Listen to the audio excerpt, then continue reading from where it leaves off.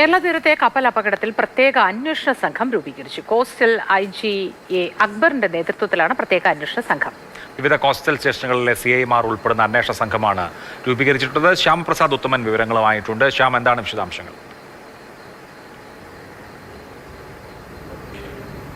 അഭിലാഷ്, അതായത് കേരള തീരത്ത് കഴിഞ്ഞിടെയായി 2 കപ്പലപകടങ്ങളാണ് ഉണ്ടായിട്ടുള്ളത്. ഈ 2 കപ്പലപകടങ്ങളുടെയും കേസ് രജിസ്റ്റർ ചെയ്തിരിക്കുന്നത് ഫോർട്ട് കൊച്ചി കോസ്റ്റൽ പോലീസാണ്. ഈ ഒരു പശ്ചാത്തലത്തിലാണ് ഈ 2 കേസുകളും ഒരുമിച്ച് ഒരു അന്വേഷണ സംഘത്തെ കൊണ്ട് അന്വേഷിപ്പിക്കാനായിട്ട് ഇപ്പോൾ തീരുമാനമെടുത്തിരിക്കുന്നത്.